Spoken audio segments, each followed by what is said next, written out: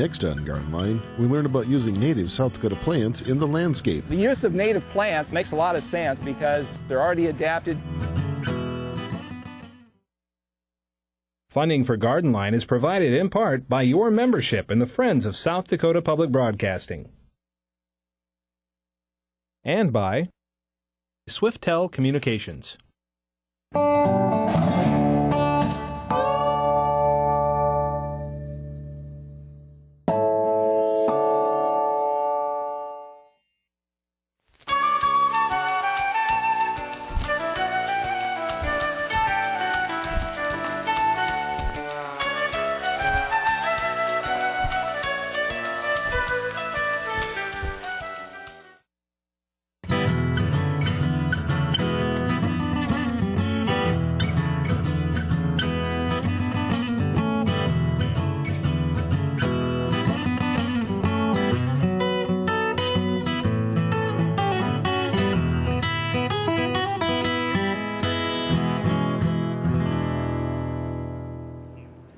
Hello and welcome to Garden Line.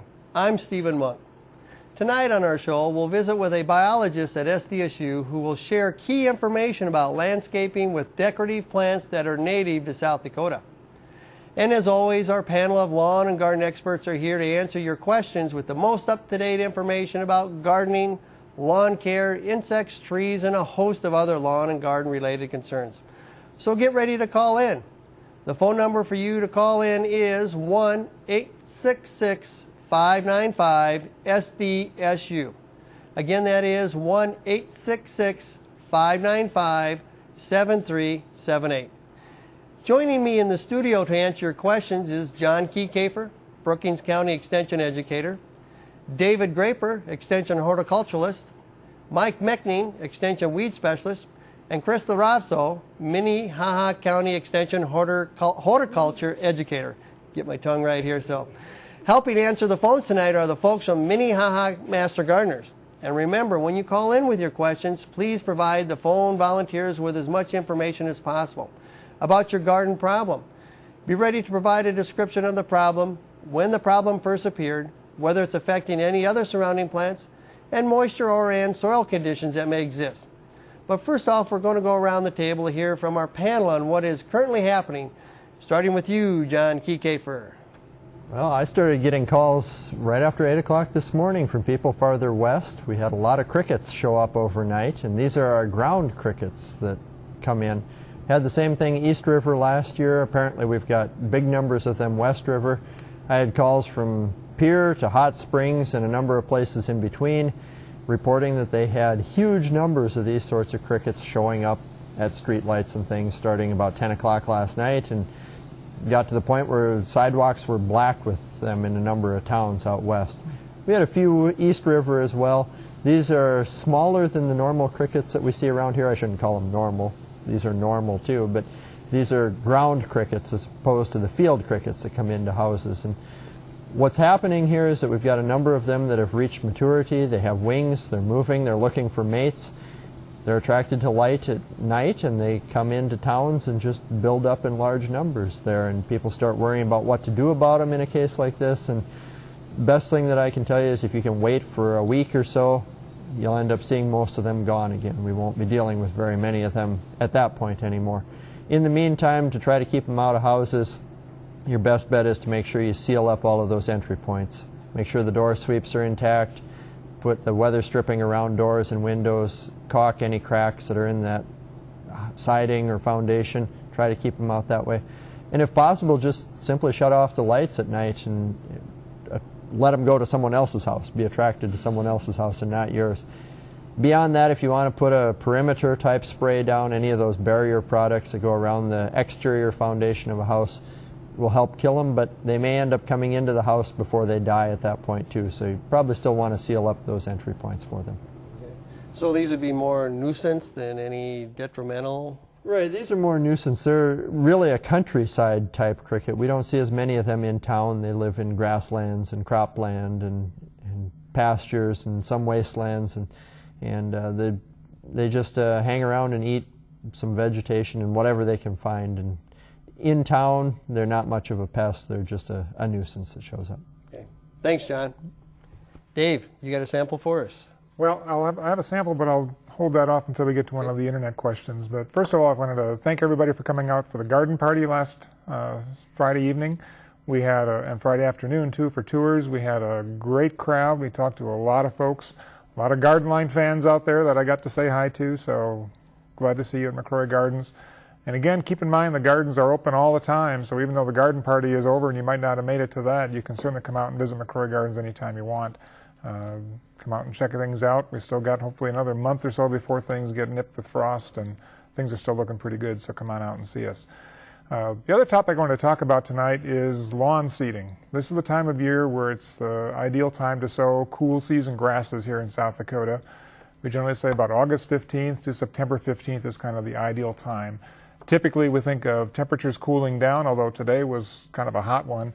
But cooler temperatures should be coming back. We typically get some more moisture in the fall of the year. We don't have to worry quite so much about those warm season grasses, the crabgrass and purslane and all that kind of stuff that can come in during the heat of the summer. Most of that stuff is kind of on its way out, or it's not going to get to be a problem.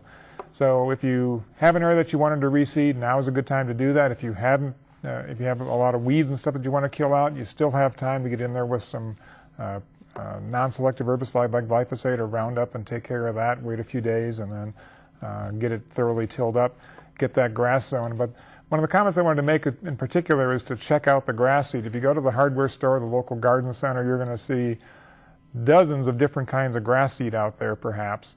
And the important thing to do is to check that bag, look for the little seed label that should be on there. That's by law, there has to be a seed tag on there.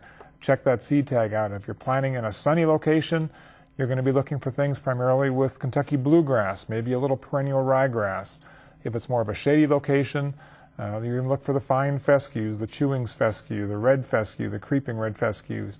Those kinds of things are going to be better in the shade. What you want to be careful of is some of the bags might have a very high percentage of annual ryegrass. And they might say I saw one that was called fall greenup, and you looked at it and it was about 90% annual ryegrass, which is going to give you a very quick germination and quick green, but come spring next year you're going to be disappointed because your grass is going to be gone. So check that label carefully. I've noticed that a lot of the bags out there tend to have less and less Kentucky bluegrass and a lot more perennial ryegrass. And for many areas of South Dakota, especially in the northern parts of the state, that perennial ryegrass can be a problem. Sometimes it doesn't make it through the winter for us. A little bit further south, maybe Sioux Falls and south, that's probably not a bad choice. But for us, like even in here in Brookings, we have trouble with that perennial ryegrass getting through the winter. So I still like Kentucky bluegrass as one of the primary components in that mix. So check out the mix, check out the instructions on the bag as far as how to sow it and how thick to put the seed down. And then you got to keep that seed bed moist for about 2-3 weeks or so that seed has a chance to get germinated and to get established. And also give it a little bit of fertilizer, till that in as you're tilling the soil to give it a little charge of nitrogen to get that grass going.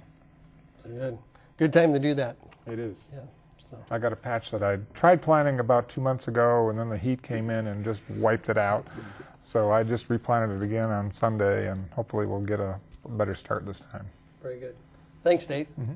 Yeah, and I would add, it is really important to look at that label and look at what type of grasses are you getting. You kind of do get what you pay for sometimes. Sometimes some of the low-end seed contain kind of some tall fescue varieties that you may not like. Now, there are some good tall fescue varieties that look fine, but there are some of those weedy tall fescues that get that bunch type look to them and be kind of nasty. So you do want to get a good quality seed and pay attention to what you're getting in there.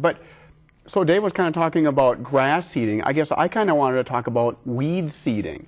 Now is kind of the time we want to think about next year. I know it's a great time to have the garden going. You're bringing in that produce. The weather is nice. Gardening is just fantastic now in South Dakota. But don't forget about some of those weeds that you may have missed earlier this spring, because that's going to be your crop next year. Example, think about the seed production of some of these weeds. Prostrate knotweed, common lawn weed, 6,000 seeds in just one plant, which is quite a bit. Another one that you may recognize in your garden in the next slide, we'll have common purslane in the next slide here, which there we go, a little slow, we're getting there. 50,000 seeds in that purslane. No wonder why that thing takes over your garden in maybe just a year or so. So big one to watch out for there. Don't let any of those creep by. Lamb's quarter, 70,000 seed. Pigweed, probably about the same. A lot of seed on some of these, and even the grasses. In the last photograph here, even some of those foxtails, which will produce about 15,000 seeds in just one plant. So don't neglect some of those weeds out there. Get them out. Prevent that next crop from next year. Also think about if you really want to minimize those seeds for next year, you want to minimize that tillage if you can. Shallow tillage is good, or even no tillage at all. I've been experimenting with no-till segments in my garden, where I just let some of the crop reseed itself. And don't till the next year. I just pull the weeds and I get a crop next year. Lettuce, radishes are great for that sort of thing. So bottom line is, don't neglect those weeds out there. That's your future weed crop that you want to prevent. Okay. This might be one of those examples of getting most but not all. Really could come back to haunt you. So you bet. And that's what makes a weed, is that just the tiniest plant can produce hundreds of seeds. So. Yep. The seeds can live in the soil for a while too. Yeah, absolutely. They live in the soil, and that's kind of why I mentioned minimizing tillage. You know, I always thought that if you buried those seeds, that would help them decompose. But in fact, some of our research that we're seeing here recently, it's not really true. Burying those seeds just almost essentially makes them more viable when you bring them back up to the surface again. So minimizing that soil disturbance can really help to prevent bringing up some of those viable seeds that might be lurking down below. And a little bit ago, we were also talking about this is the time of the season that people have probably started to notice where some of the pollen-producing weeds are starting to take effect on us. So. Yeah, right. We're talking about ragweed and full pollination now, and water hemp and some of those common crop type weeds. So, yeah, a lot of pollen floating around out there right now, as anybody who's sensitive has certainly noticed. Not a lot you can do, just have a good handkerchief in your pocket and go on with life, I guess. Okay. Yeah. Thank you, Mike. Yep. Chris, good to have you with us tonight. So, what do you have for us? Well, another fall, moving into fall lawn pest that we want to take care of this time of year is getting rid of that thatch layer that may have developed in your yard. And we always say, work on that either around Labor Day or Memorial Day. Spend your holiday weekend core aerating your lawn. But what is thatch? You know, people always ask, what is thatch? Well, there's some photos there of what thatch is. It's not those little lawn clippings. It's actually this layer of organic matter, this spongy brown layer of dead and decomposing roots and stems that have accumulated above the soil. And when that layer starts to thicken over about a ½ inch, you're going to have more disease problems in your lawn. You know, the answer isn't always spraying a fungicide. It's getting rid of that environment that's favorable for disease. So what we recommend, over that ½ inch, core aerate your lawn.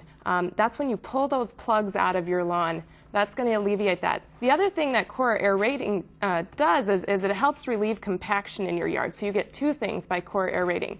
Using a dethatcher or a power rake could get rid of the thatch, but it can actually over thin your lawn and damage crowns, especially if you go in really deep and do that. And it doesn't do anything for the compaction problems. So stick to the core aerating if you can, and either this time of year or in the late spring, Memorial Day time of year. Okay. So when you're talking about crowns, you're referring to roots of the grass? The crowns of the plants, where the leaves meet the root of the plant. Okay. And you mentioned core aeration, and that's where it actually takes a core of soil out. Mm-hmm. What's your feeling on the spike type aerating machines that you see, where it just punches a hole in the ground, it takes nothing out? Right, that's not necessarily relieving the compaction. We want those plugs to be pulled out so that it opens up the soil. It's also a good time you can seed over the top of your lawn if you need to thicken that up. But that'll help make those air spaces. You'll get better water penetration by opening up the soil like that during the season. So, very good. Thank you. Thank you, panel. Time for questions. So, first one we have is a tree question. Canadian red is what they said it was. And it comes to us from Webster. The wind tipped one over, and it is sending up 3 to 4 inch shoots. One is 10 inches tall. He put protection around it. It is 38 inches tall and a ½ inch trunk. Is there anything to slow the growth down? He's afraid it's going to grow too fast. So these are quite small of it. Well, you're often going to see when you have a damaged tree or a tree that gets cut off or broken off that you're going to see suckers coming up from the roots or from the base of the stem that's still there. And those suckers can really grow. We've got plants in McCrory that have put on, there's a Chinese catalpa that a lot of people commented at the garden party, and those stems are now about 8 feet high, and that's all one season's growth. They got chewed off by the rabbits last winter, and they're about 8 feet high now. So you're going to see a lot of that regrowth, and Canadian red cherry is one of those plants that is known for putting out a lot of suckers, often from the rootstock. So well, you might still have some stems there coming up. I can't guarantee that it's going to be the same kind of tree that you had before. If it's coming from the rootstock as opposed to the grafted portion on top, what you have might be an inferior tree to what you really want. So you can nurse that one along. I wouldn't try to do anything to slow it down. It's just trying to make up for lost time, essentially. It's got that great big huge root system and just those short little shoots, and it's just pumping the energy into those shoots, and they're going to grow pretty quickly. So narrow it down to maybe the best shoot, or maybe down to 1 or 2 good shoots, and later take the weaker of the ones out. But just let it grow up and see what it does. Okay, this one comes from Whitewood. Rhubarb. What should we do with the rhubarb plant at the end of the season? I'd say, let it die down and then get that debris out of there. One of the big things we see with rhubarb is kind of a spotty fungal disease on the leaves, and it's not that detrimental, but year after year of that kind of stress isn't good for the plant. So at the end of the season, when it dies down, cut that debris out of there and get rid of it, and then next year it'll come back. Okay, this one comes to us from Rapid City. They have a Parker pear tree, and this a little bit back to the sucker formation here, Dave. Keeps sending up sucker shoots, not much growth at the top. How can she encourage top growth or encourage the tree to send energy to the top and not the suckers? The tree is 8 to 9 feet tall. Well, as we've talked about on the show before, the best time to try to take care of those suckers is during the middle of the summer. So I'd get out there now and take a good sharp pruning shears and just cut those suckers off down around the base of that plant. And that's really all you can do, just keep coming after them, and when they grow back again, just cut them off again. And it's really a matter of time for that main shoot, the desirable cultivar there, to just take off and grow. Pears can be kind of erratic in their growth sometimes. I've had some real problems with my pears in my yard. They really suffered from some freezing temperatures in the fall a couple of years ago, and they're just not doing real well with the wet conditions we have this year. They're just really suffering. So just give them some time. That's all you can do, is just wait and hope for the best. Okay. This one comes to us from Custer. Chris, zucchini turns yellow and then drops off when it gets 2 to 3 inches long. And I assume they're talking about the fruit on the plant itself. The rest of the garden seems to be okay. Nothing else is different. So it's just the zucchini. Well, I'd say maybe what's going on there is poor pollination, or maybe they're even experiencing some blossom end rot, because I know I've seen some of that in the fruit. If it's not going to form well, it will drop off the plant like that. So if you're using any insecticides, that would be hurting your pollinators. Think about that. Otherwise, uneven watering would be, or moisture levels would lead to that blossom end rot. Okay. This one comes to us from Chancellor. On the garden tour last week, they mentioned that they were told they were going to leave the canna bulbs in the garden. And she's wondering if the canna bulbs would be available for sale.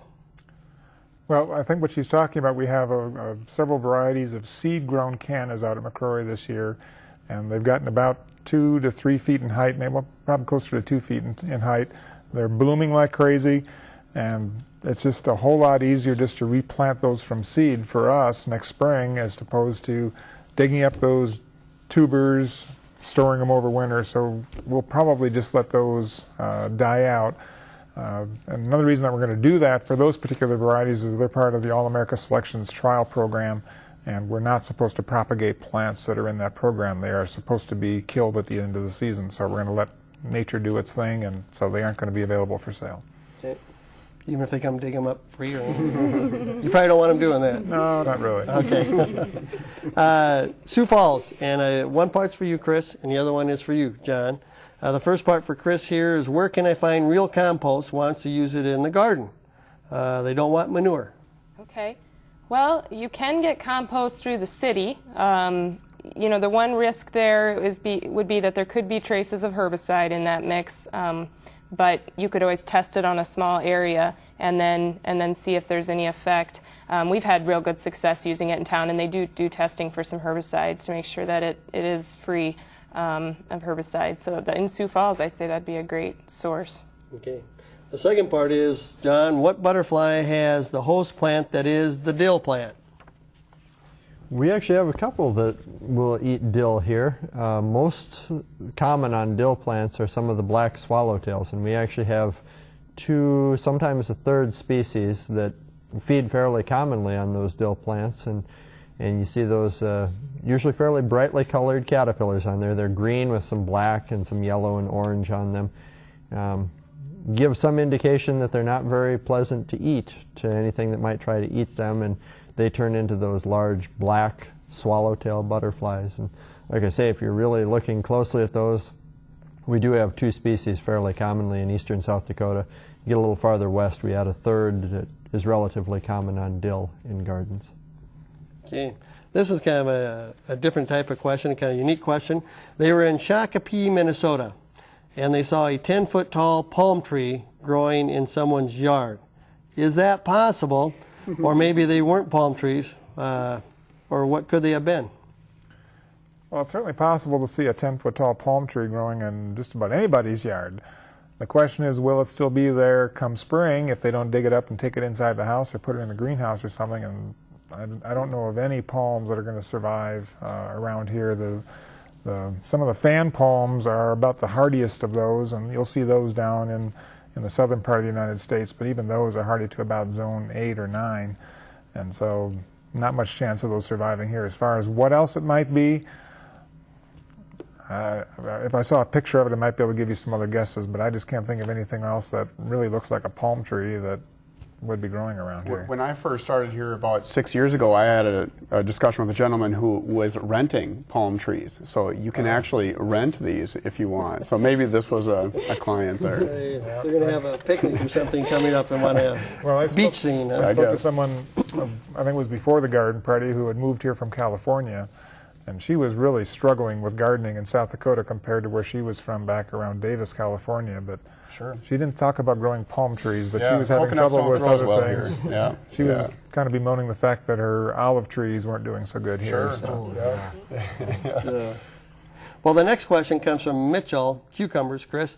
What causes some of the cucumbers to be bitter in taste? The flesh seems to be a little darker green after it's been peeled. Is it too much water? Not enough? Planted in late May or early June is when they went in. So, you know, I do think watering can have an effect on that, but beyond that, I'm not sure. Do you have any other ideas? I think high temperatures can also have an impact on that. Yeah. I've really noticed some of my pickling ones have been extremely bitter this summer, and I'm sticking to the slicers because the pickling ones just have tasted terrible. And I guess I hadn't looked into it, but. Okay. Temperature. Yeah. So that warm period that we had could have affected it if they were just starting to form, or. Yeah. Okay. Don't have a question on this, but I've been asked by 3 or 4 different people as far as tomatoes with a real heavy core that they much thicker than other years. Is that due to the hot weather as well, or? It seems to me there is an environmental issue with tomatoes and getting that. Persistent green shoulder is one symptom that might be similar to that. I'm not exactly sure, but it's different in different varieties. Some varieties are more prone to it than others, and again, weather conditions have a factor there in how often that shows up. So again, you might see it in some of the early fruit. Later on, the fruit might be more normal, and you won't have that much of an effect. The only thing you really do is just kind of cut around it and cut that tough part out and work with the rest of the fruit. That's what they're saying. They have to cut out an unusually a larger amount of core to get past that. So it's like a toothpick almost, they said. So Sioux Falls lawn, when should I drop my mower shorter, and should he cut it high and let it lie the whole season? And that might be a little bit of your thatch question as well. And honestly, you don't have to drop your mower height. You can just stay at that 2.5 to 3 inches year round. And just leave it there. You don't have to worry about that. I would say mow into dormancy, so you keep that. We don't want big, tall, long grass going into the winter season because you could have snow mold if we have heavy snow cover. So just keep it mowed at that same height year round. Tall grass will encourage voles over the winter too, and with the wet season that we've had, that's something that you really do want to watch out for. And just the let it lie portion, I'm a big subscriber to that. I think if you think about the time and effort that you spend mowing your lawn and how much of that is devoted to just dealing with the clippings and picking the bag up and emptying the bag and getting rid of the clippings later, you really don't need to do that in most cases. If you mow your lawn frequently enough that you aren't taking off more than a third of that top growth, those clippings will decompose naturally on their own. You might see some visible clippings on the top of the grass, but usually if you get a rain shower or something, that'll kind of drop them down in. And again, those clippings are not the thatch that Chris was talking about earlier. That's other parts of the plant, more tougher parts of the plant. Those grass clippings break down naturally, and they recycle some of that fertilizer that you went and put on your lawn. You're recycling a lot of those nutrients back into the lawn again. So it's really the best place for those clippings to be is right there on the lawn. But the key to let it lie is the length of the you don't want to do let it get 6 inches tall and cut it down to 2 kind of thing. Okay. That's not a real good practice. But if you can get in there and mow it regularly, I know that's tough sometimes in the spring this year when we had the wet conditions. You couldn't get out there and keep up with the mowing.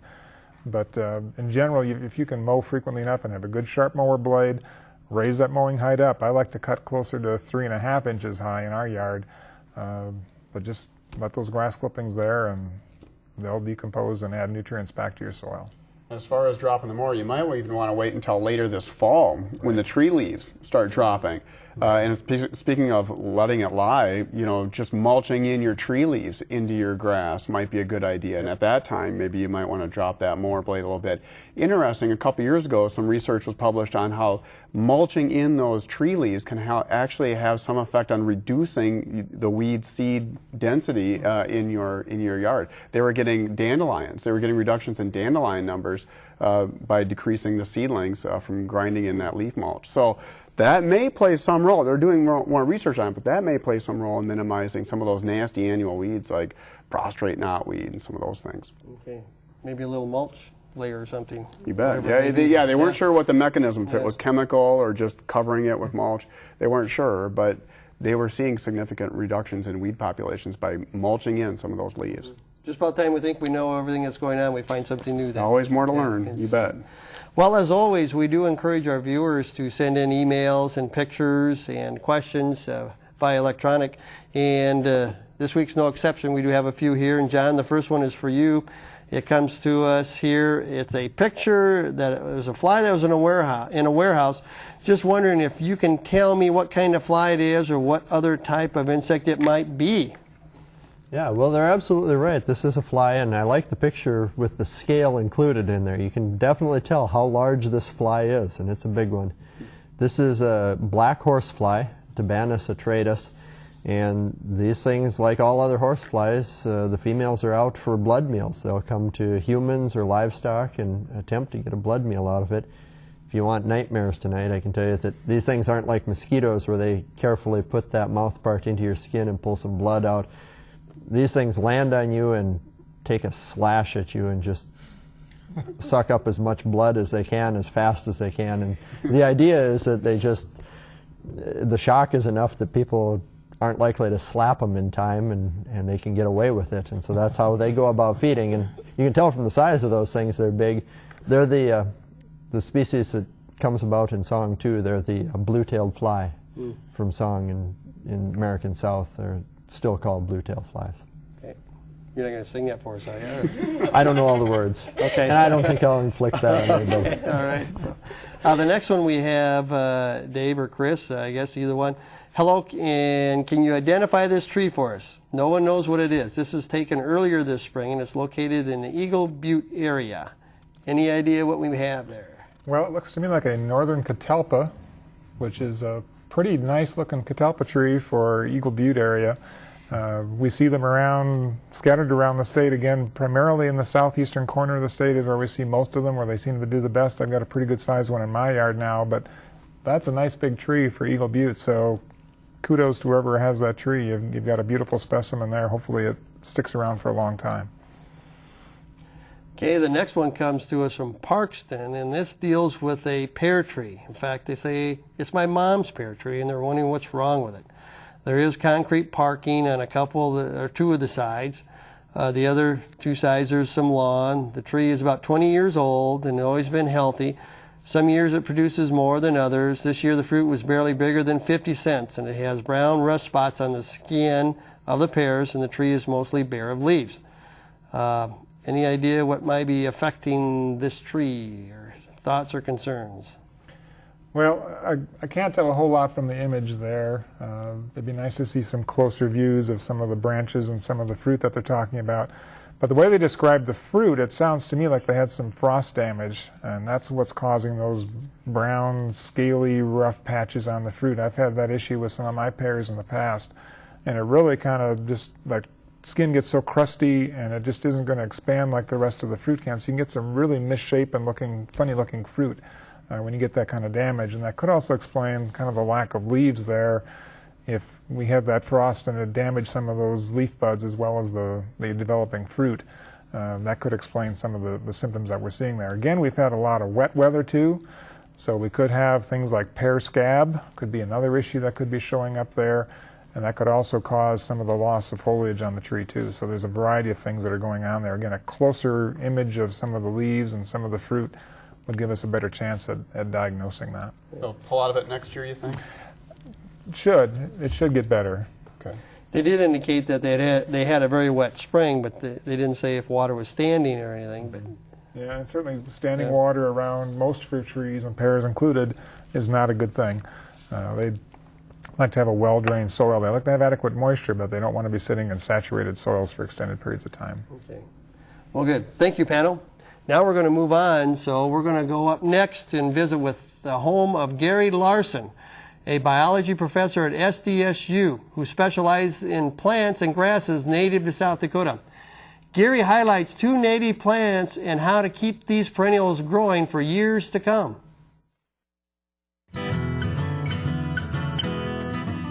Hello, I'm Gary Larson, a professor of biology in the Department of Biology and Microbiology.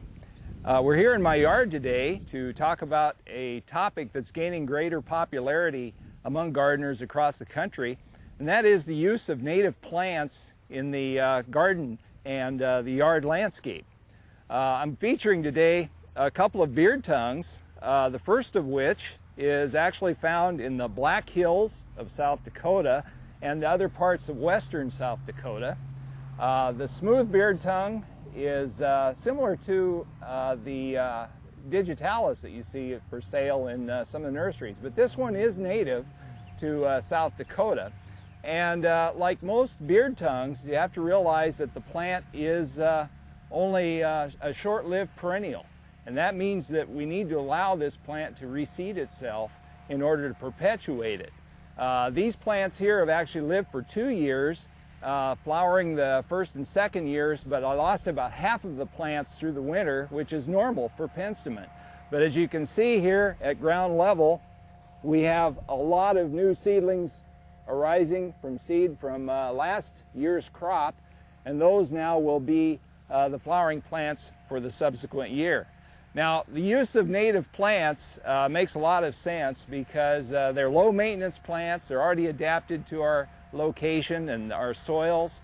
They don't require the additional water and fertilizer that many of our high maintenance plantings require, but we do have to be aware of their cultural characteristics. Now we're going to take a look at another beard tongue in the backyard, but it's one that is past flowering, and so we'll show you what the flowering specimen of that one will look like.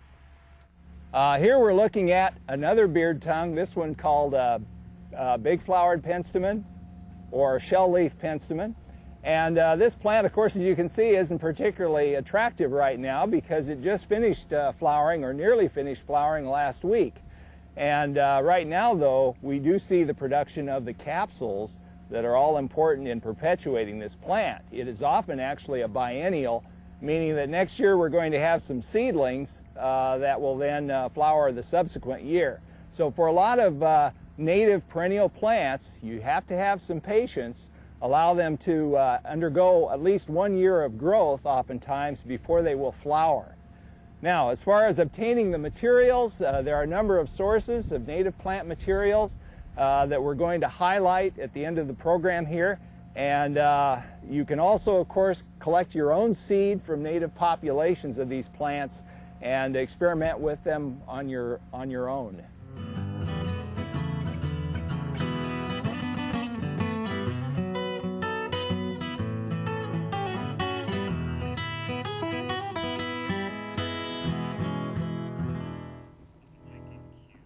Well, we want to thank Gary for that information. And it's always interesting the number of native plants that we have here that actually can add color and really not take a lot of resources to keep them growing. So.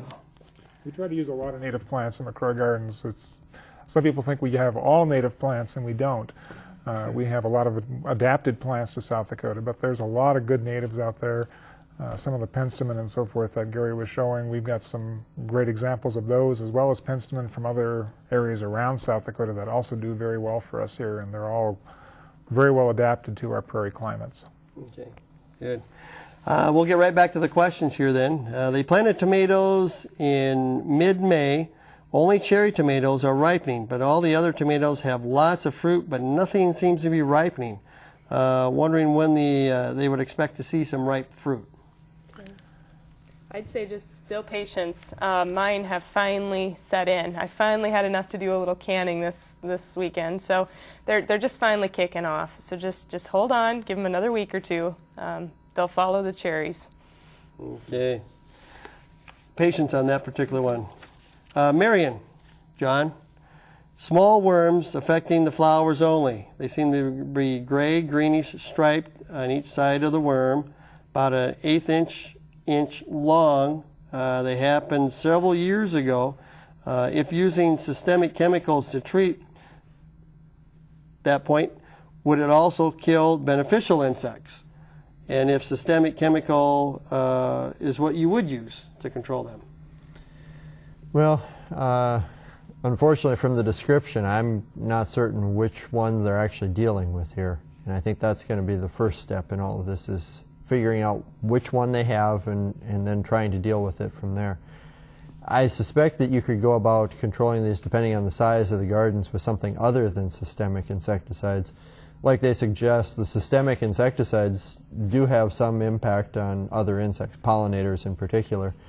And so if you have a flower garden and you want to keep those pollinators around, might not be a bad idea to avoid some of those systemic insecticides. Possibly a contact insecticide could do the trick in this case, or even just simply picking them off, or cultural control. Some of these insects don't do as much damage as people think they do, and depending on what this one is, it's possible that some of that damage is being caused by something else entirely, and you may not have as much problem as what you think you do. So if you get a chance, get some specimens in, take them into your local extension office, or send them in, and like to see some images or some actual specimens to try to figure out what's going on here. Okay, thanks, John. From Huron, they have an indoor plant, 4 years old. It's an orange tree that they set out during the summer that has black spots on the leaves. About 10% of the leaves have these black spots. And what they would like to know, do you think this is a fungus? And is there anything they should do or treat it with before they bring it back into the house for the winter? Well, we've had some of the little citrus like that in the greenhouse, and we've seen some fungal spotting on the leaves from time to time too. I don't know exactly what those spots are from, what particular fungus it is. We just don't grow a lot of citrus around here, so I just don't have a very experience base to say, oh, that's such and such a disease. You could use just a garden fungicide, like some of the chlorothalonil products or something like that. If you've got it sitting outside, just mix it up according to label directions and give it a treatment. Maybe wait a couple weeks and treat it again before you're going to bring it inside the home, and hopefully that will help. The other thing you can do is to pick off some of those. If you get some leaves that are pretty heavily spotted, pick those leaves just off the plant. Don't denude the plant. Don't take all the leaves off, but take off some of the worst ones. Chances are if you bring it indoors where the humidity levels are going to be lower, you probably aren't going to have as much of a problem with some of those leaf spotting problems like that. Again, citrus like a lot of sun, so hopefully you got a good sunny spot to put that plant inside for the winter, and hopefully you'll get some edible fruit from it. Okay. This one is a question on carrots. And I was thinking maybe rabbits, but the way they describe it here, I think it might be more of a John's question here. What is eating her carrots? They're making trails throughout the carrots, and what can she do to get rid of it, or them? I'm assuming they're talking the actual carrot that you'd eat. Yeah. If they're trails all the way through, we're probably dealing with one of the insects. We do have some sorts of borers that actually tunnel through carrots, and most of them are larvae of some of the fly species. Again, it'd be important to know which one you're dealing with first, try to control it that way. And you know, unfortunately, with a lot of these vegetable crops like that, on the chemical side of it, we don't have a lot of options, because by the time you put a chemical on there and try to kill it and get that systemic action in there to get to the insect, you also make it inedible for yourself. And if you can't eat your carrot, you know, why would you want to grow it? And so in a case like this, it may be something where you need to avoid planting carrots for a year, try to break that cycle, or change some other growing condition on that to try to limit some of that damage from that pest in the vegetables. Okay. This one comes to us from Reliance. They have a wild, they're saying a wild pumpkin plant that grows white pumpkins, and a zucchini plant right next to it that is growing white zucchini. Can they cross-pollinate and be part pumpkin and part zucchini, or a zucchini-kin? Sure. That's what that would be. Chris or Dave, either one of you want to take that one? You can't just generically say a winter squash isn't going to cross with a zucchini. It depends on the Latin name. So they have to have the same genus and species to be able to cross. A zucchini could cross with certain kinds of winter squash and others not. It depends on the Latin name. So it would actually have to be identified to for sure answer that question. Okay. So would those symptoms show up this year, or would it be the seed that comes out of this fruit that would be planted next year? Right. You wouldn't be able to see. You'd save the seed, you'd plant it, and then what comes next year is when you'd see if they had crossed or not. Okay. Any idea whether zucchini would be white this year? Well, it sounds like they had some wild seed or some leftover seed that germinated and came up and produced the plants that they're seeing this year. So that would have been seed from last summer that was produced, and the fruit that produced last year. So, you know, it's possible. So for zucchini is wild like the pumpkin is wild, then that would make sense to do that. Okay. But if they didn't have pumpkins there in the past, and it's a plant that just grew there unexpectedly, I would certainly like to see pictures of that. If you could send the pictures in, or send it in to Bob Fanning, Extension Educator in Lyman County, because we have, I thought I've heard a buffalo gourd growing down there, which is a kind of a weedy plant.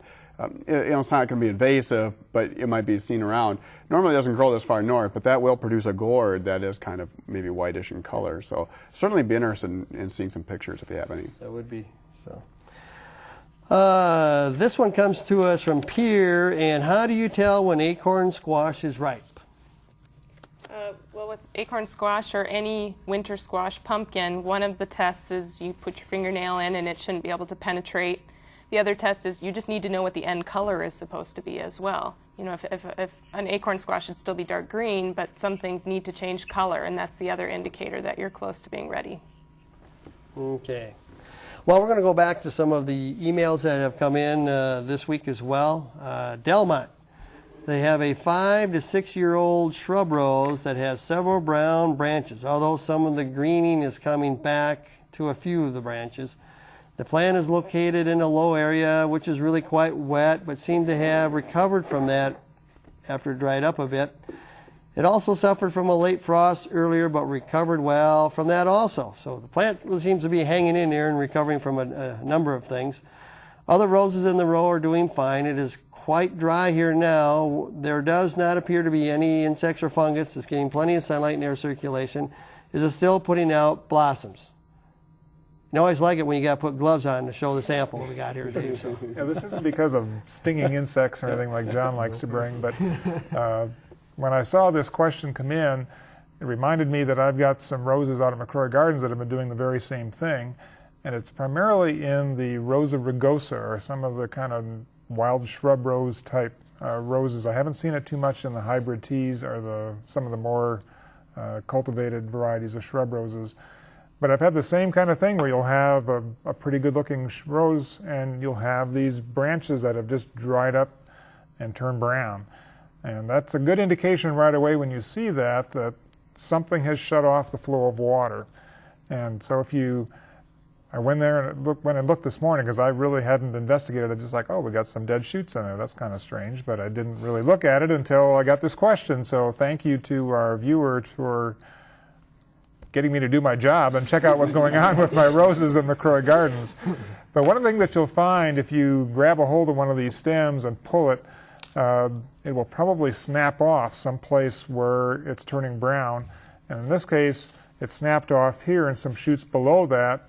These were green, but they sat in my truck most of the day, so they got a little dried out. But still green there, snapped off shoot there. And what you'll find if you look where that stem snapped off, it's a little bit swollen. And if you take a knife and start kind of shaving off some of that, if you look really close, maybe you got the wrong end here, you will find that there's some tunneling underneath that bark. Here we can see it a little bit better. You probably can't see that with the camera very well, but you'll see little bands of dark colored tissue in there. And I took a few of these back to my office and put them underneath the dissecting scope and dug around in there with a scalpel. So those bands are where the insect was? This is where the insect was, and what those brown bands are is the frass that they left behind, and also just damaged tissue there. It kind of turns brown after it's dead. So you got a variety of things going on there. But I found the critter, and you're not going to be able to see this on the camera at all, but the little critter inside there was about 3/16 of an inch long, not very big. And I did a little checking, and I conferred with John here earlier. We think this is the rose stem girdler, an agrila species. It's a little tiny beetle that lays eggs on the side of the stem. The larvae burrow around inside the stem and essentially just destroy the tissue in there and cut off the flow of water, and that stem turns brown. So what you want to do is go in there and prune out those stems. And as you can see where this broke off, it broke off above where the girdling was done. So you're going to want to cut that stem off below that, get those out of there and destroy them.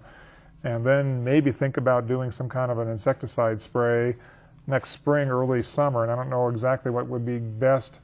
What do you think, John? Well, I think in this case you're going to want to use one of those systemic insecticides. And we've got some out there. They sell them that are systemic specifically for roses. You end up treating the soil, and the plant takes it up and gets it into the tissue, and hopefully from that ends up killing the insects in there. And I think that's going to be about the only way to deal with such a thing. Otherwise, you're trying to time it for when the adults are flying.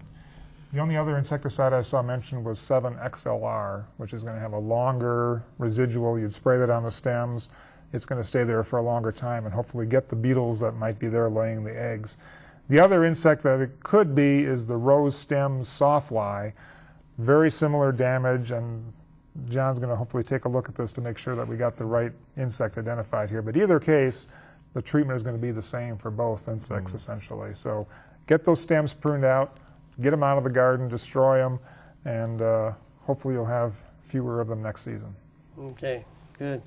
The next question comes to us from Watertown, and John, they would like to have you identify these insects that they sent some pictures in. They're found in the basement. How do we get rid of it? Is there anything to be concerned about with these particular insects? Yeah, well, these are not truly insects. These are isopods. They go by a number of different common names: sow bugs, pill bugs, roly-polies.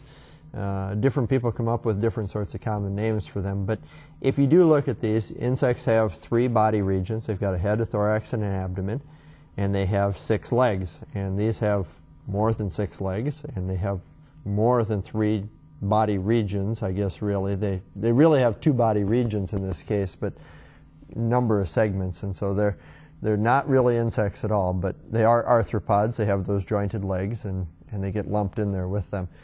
Fairly common in homes and outdoors. They like moist places. They want actually to feed on rotting wood. And so if you're finding huge numbers of them in a basement, you want to check to see if you have any wood damage down there. Any place where you've got some water damage in the wood and maybe that wood is softened. These aren't primary invaders. They're not going to come in and cause problems in wood. First of all, you're going to have the problems, and then these follow in.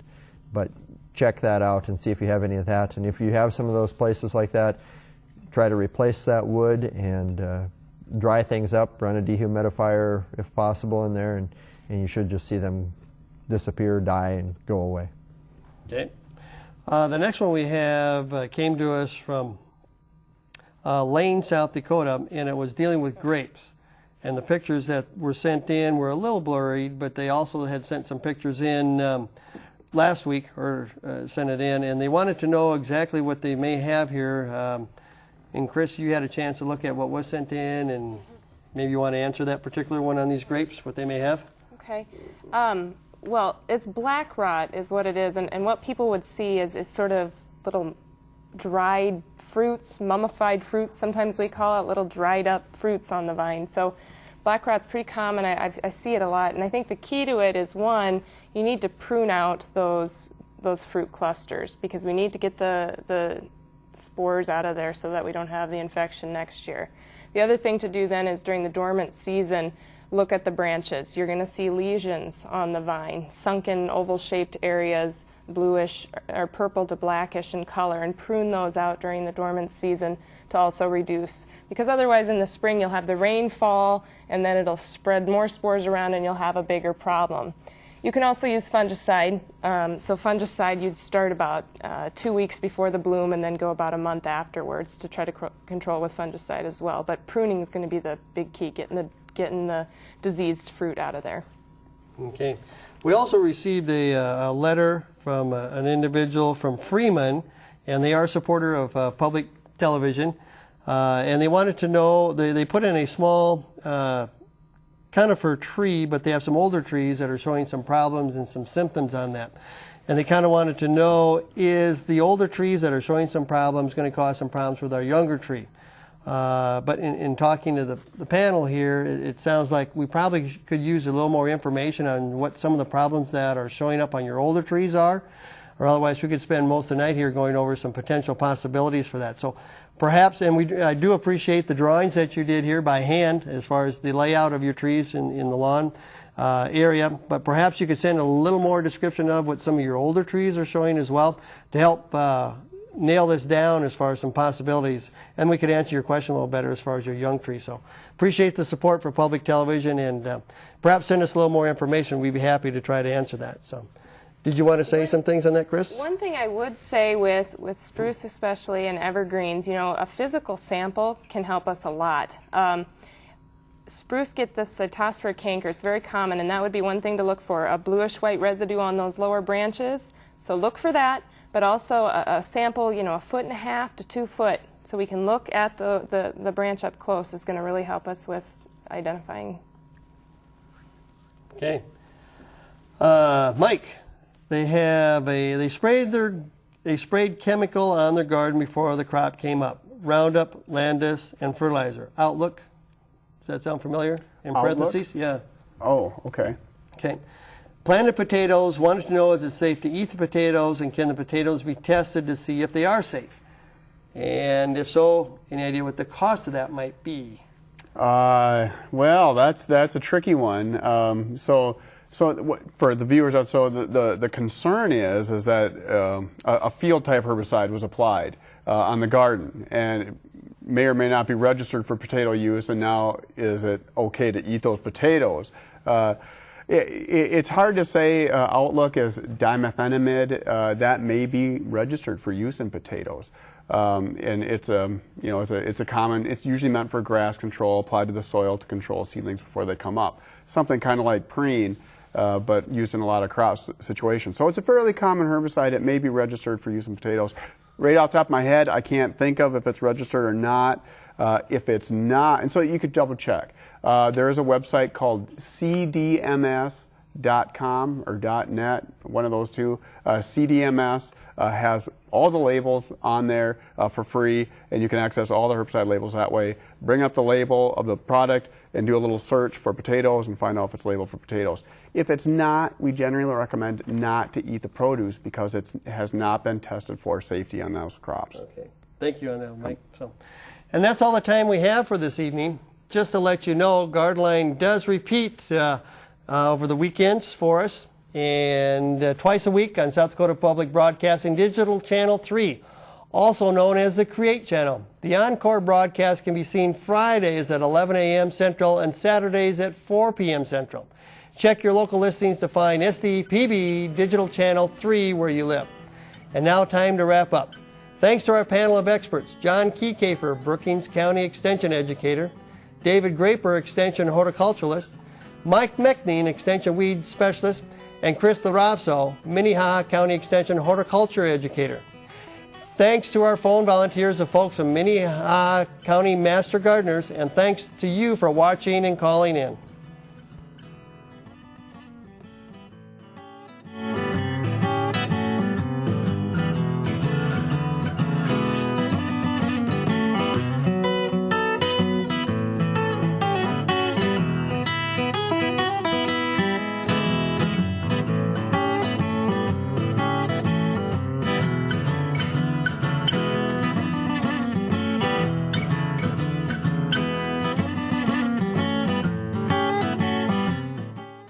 Funding for Garden Line is provided in part by your membership in the Friends of South Dakota Public Broadcasting.